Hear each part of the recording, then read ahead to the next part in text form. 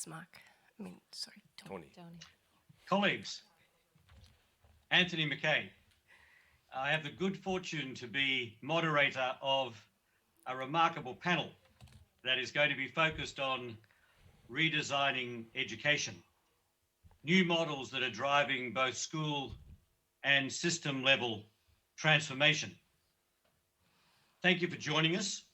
And I'm going to immediately move to introduce our panel. Well, to be more accurate, I'm going to ask the panel to introduce themselves.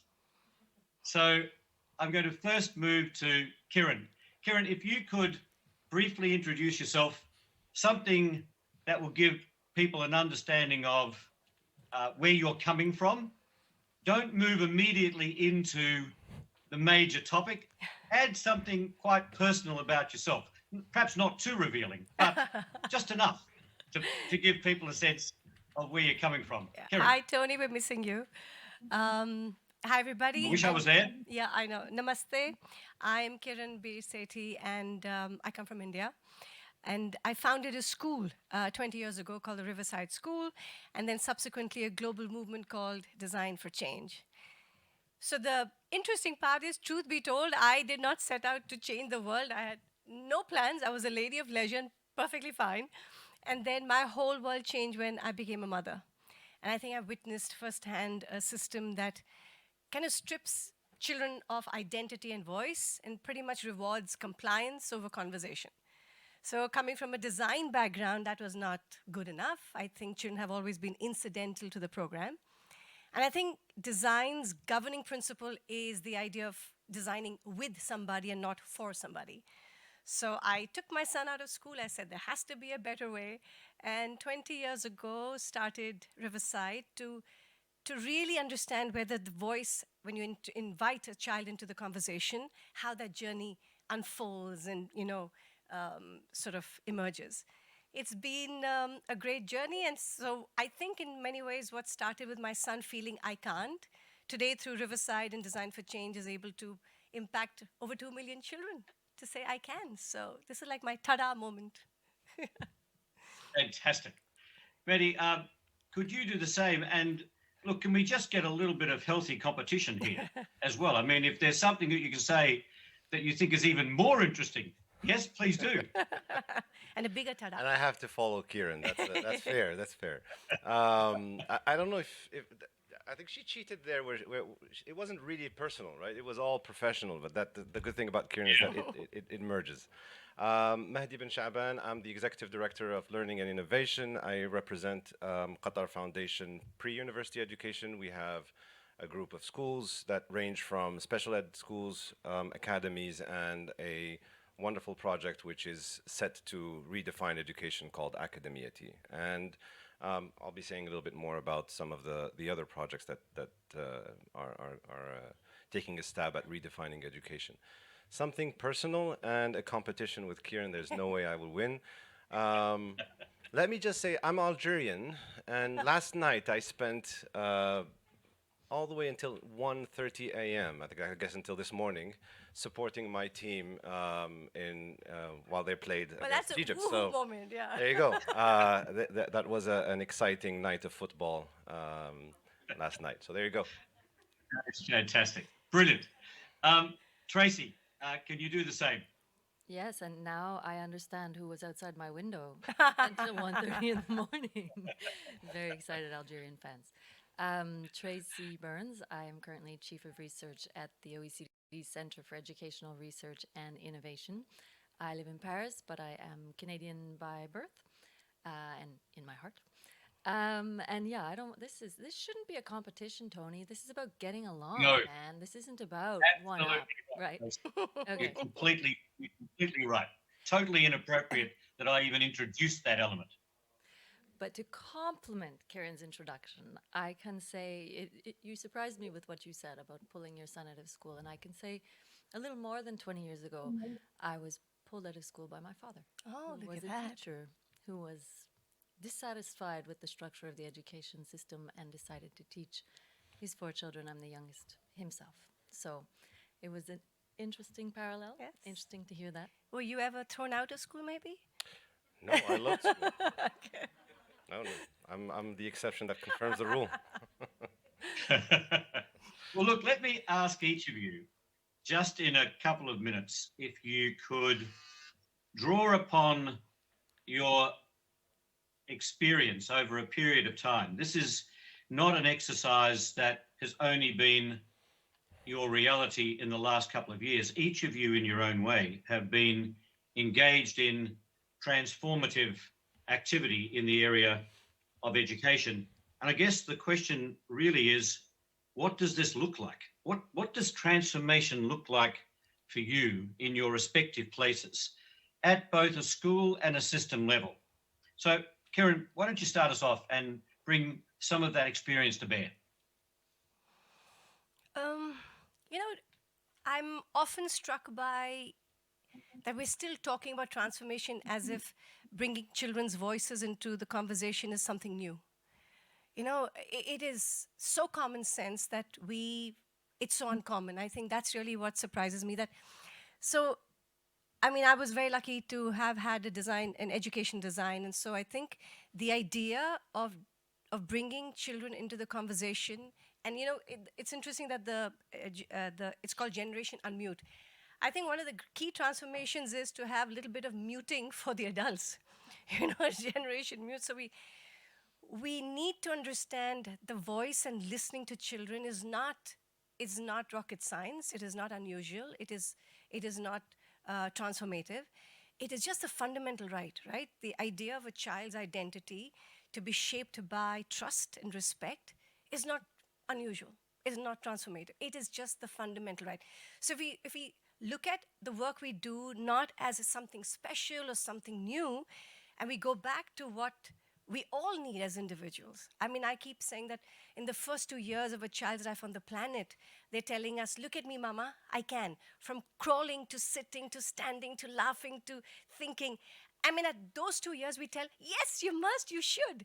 And then just when they tell us they can, we send them to school and say, now, sit. Sit for 15 years.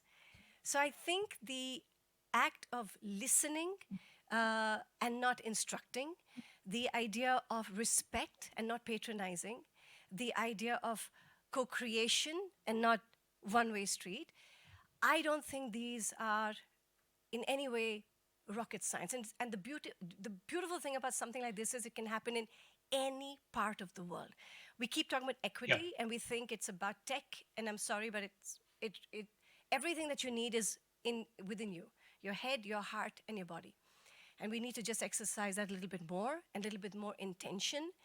And then there's not a single child in the world that will say that they don't learn, and they don't love, and they don't laugh. And I think that's, for me, that's the need of the hour, more than anything else. And especially with COVID, the world that they have been experiencing has been told them that if you love somebody, stay afraid. Be afraid. Be afraid of you, me, stay away. We really need to bring that courage and that love back, and all they need is somebody to listen. So for me, a system that is built on respect and empowering beliefs, that is transformative. Kieran, let me ask you this. I take your point entirely about this is not rocket science. Head, heart, and hand, the whole person, young people exercising their agency, a school that respects that and designs the environment in a way that actually can create opportunities for learning of the kind that you've talked about. A quick word about system level. When you think about translating that beyond a particular place, beyond a community, across an entire system, what does that look like for you? Well, I'll kind of sort of frame it even in the idea of this focus that we've done in the last several years about 21st century skills. That's the system level belief, is that it has to be 21st century skills. That is the need of the hour. But you cannot have transformation with still harboring 20th century beliefs. And those beliefs, if they don't tie up, and that's really where collective will, codification of ideas that make sense, and to make it more equitable and contextual. So I think it's that unrelenting, shameless, just belief that it's possible. I keep saying COVID has shown us, as if this collective will, we get a vaccine out in a year. We've been having this Yeah. education crisis for what, over 70 years, 100? And we're still talking Yes. transformation. For me, that is where I find the tension that, you have to believe, and it just has to believe in the child, believe in this idea of what it means for every person to thrive on the planet. In terms of systems, I keep thinking that we are repeating, we keep thinking we have to sort of start the wheel from the beginning, and I don't think we need to. I think if there's enough work done in identifying great practice, codifying it, and amplifying it, we'll start looking at systems change as well. Yeah. So then the spread, the Yes. diffusion occurs almost in a kind of natural ecosystem as we influence each other. Maddie, let me ask you how you see the transformation again at school and system level. And we should probably make it clear that many people do make a distinction between reform and transformation. They often talk about incremental improvement to an existing system, but we are talking about redesigning education, hence, therefore, the language of transformation. So, how do you capture this?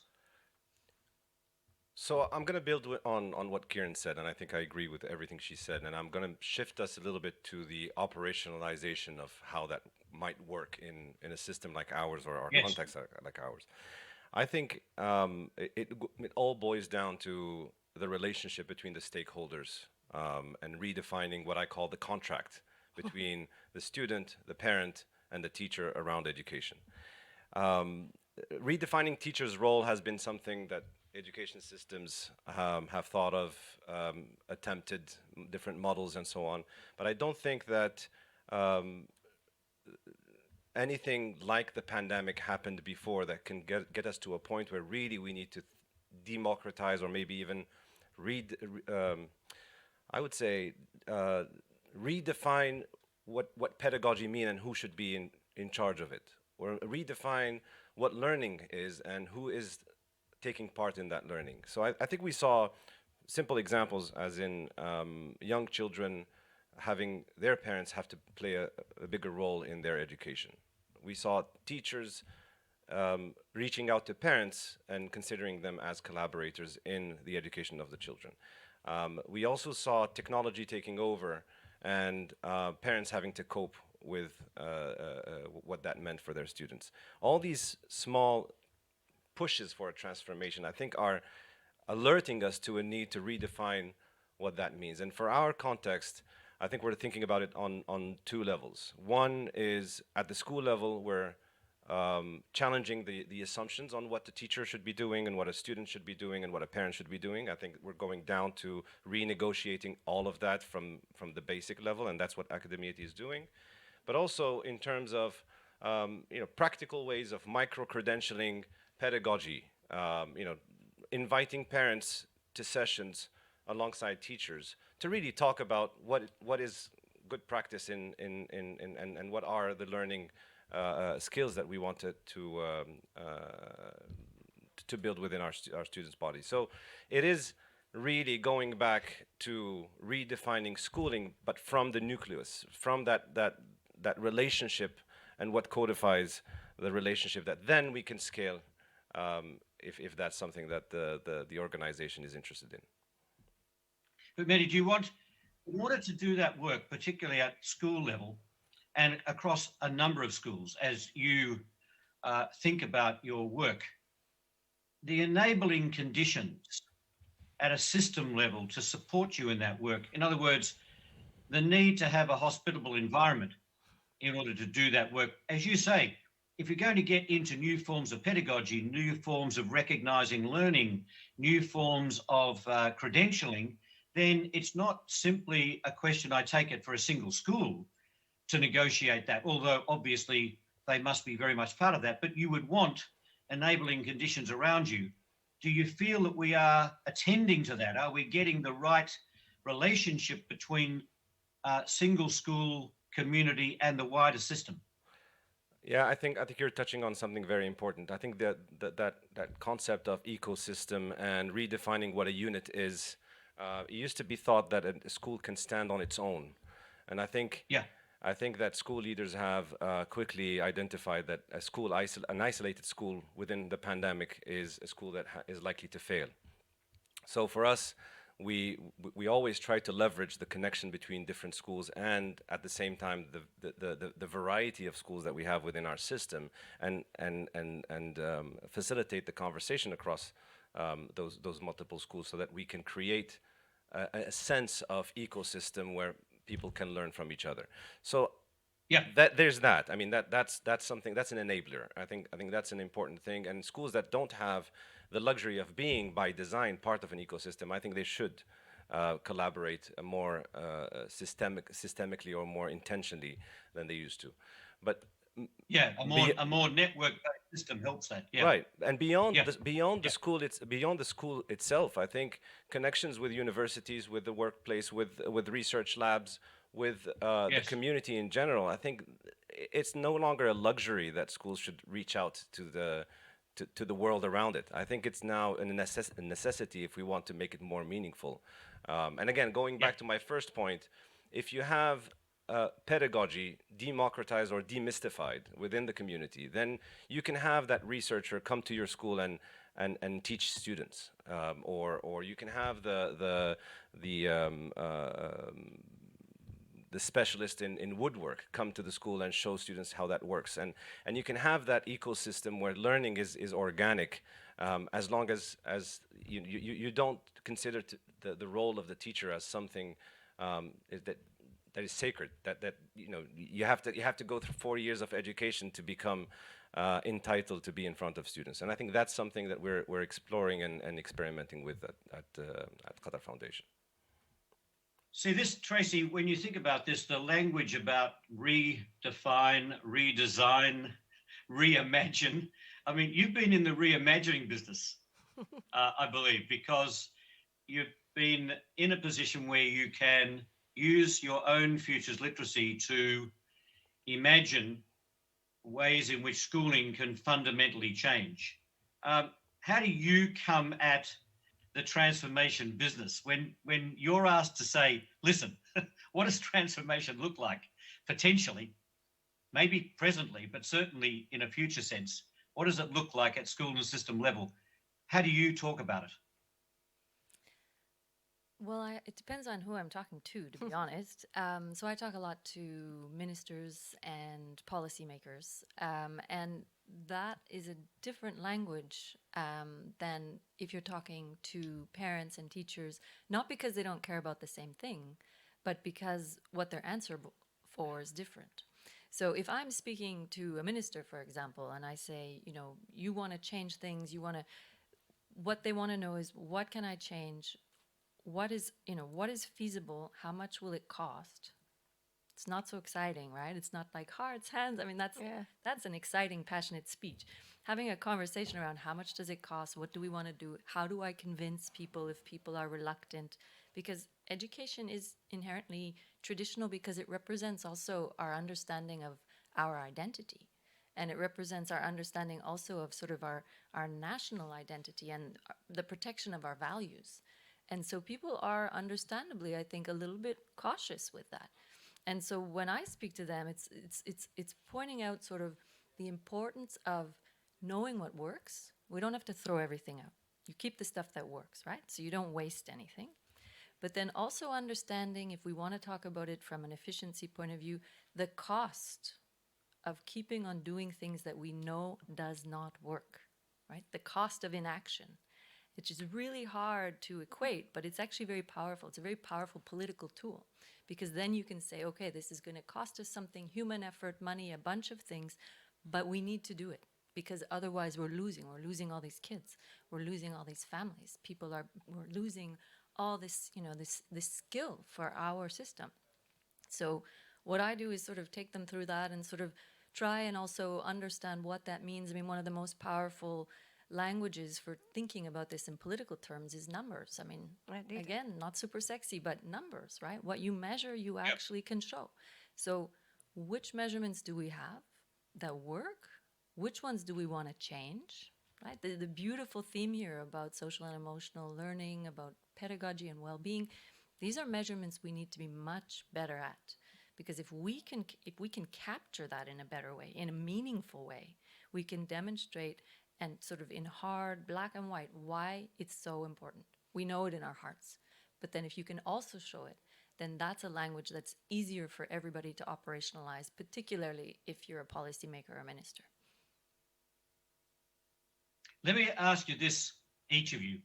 Karen, maybe come back to you for a moment. I can't see how we are able to make the shifts, not just in single places, but as you said before, across multiple communities and across systems.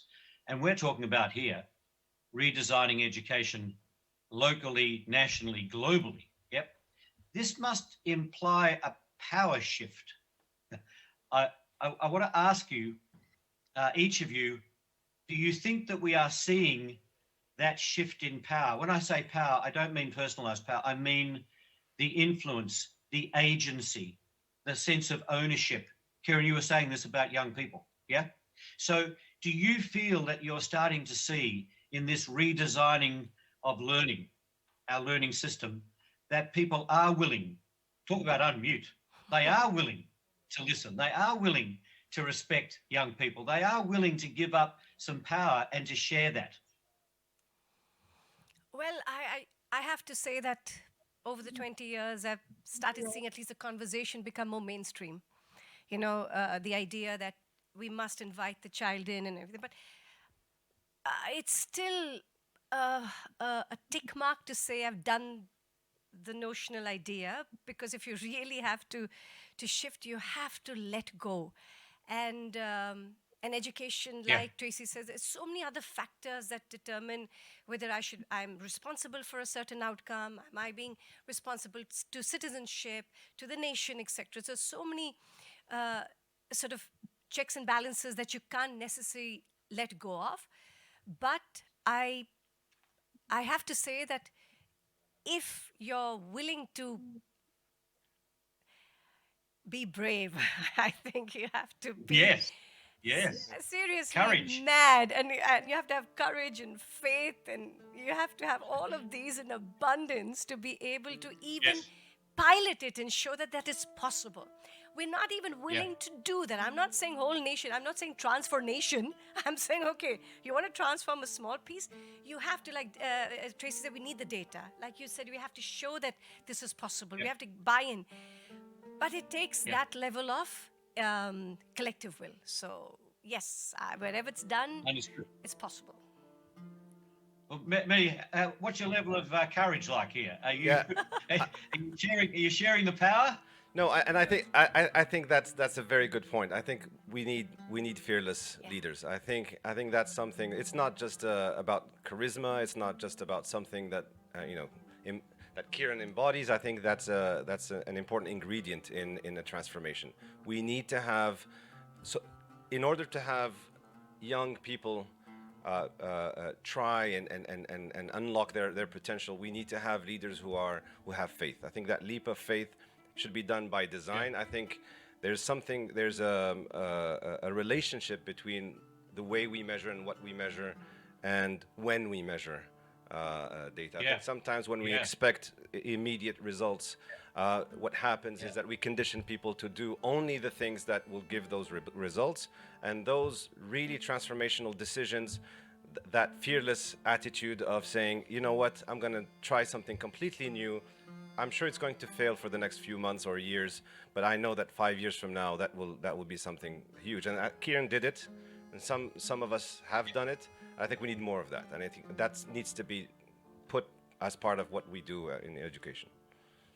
Well, Tracy, it just strikes me that's interesting that Mehdi has raised the question about measures, because in many ways, I think we are talking about new measures of success. So when you think about the shift that's going to be required and sharing of responsibility and power for new measures of success, are you optimistic? I am actually. I mean, I'm a researcher, so all this talk about measures and data makes me happy. No, but I am, right? I mean, the first thing is recognizing that there's a problem. And the second thing is saying, what do we want to do about it? And when you get enough bright minds in the room, I've been having conversations with people who are working on measurements of social and emotional learning, teacher pedagogy for social. How do you do it? There's brilliant research being done right now. And that is what will make the difference. Yeah. Being able to say, this is how we measure it. This is a good measure of it, not some short term where you can just tick a box and look good on the measurement, but a meaningful, transformative measurement. This is hugely powerful. Okay, I'm going to ask each of you 30 seconds to close with one statement. And the question is, where are you going to put your discretionary effort Sorry?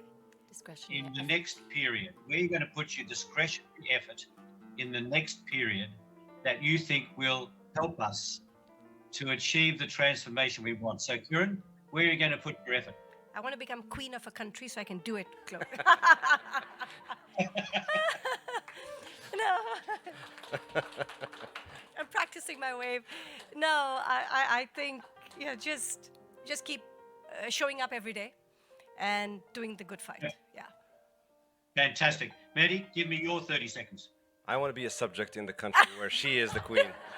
I think for me it's creating free zones for education. I think that's important. I think we have to, the same way we did free zones for economies, where people can try things and experiment and more or less fail with that entrepreneurship attitude. I think we need to create some free zones in education where people can do that. And again, all of the things that we mentioned today, I think that will be the kind of ecosystem we want to achieve. So that's my battle. Fantastic. Tracy, have the final word. I would like to put down a challenge. So we have this disaster, which is also an opportunity of the pandemic. And we can think, okay, where we've got a vision, right? So will we accomplish that vision in 10 years' time? Yeah. Let's go back 10 years. Let's go back 15 years. Let's go back 14 years. The economic crisis. That was an opportunity. There was a lot of talking about how we should reform and transform, and this is a moment of time.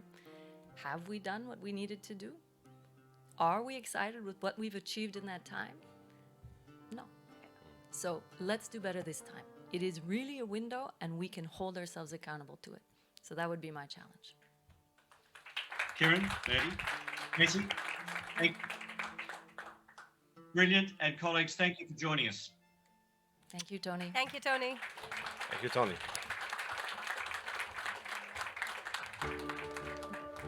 I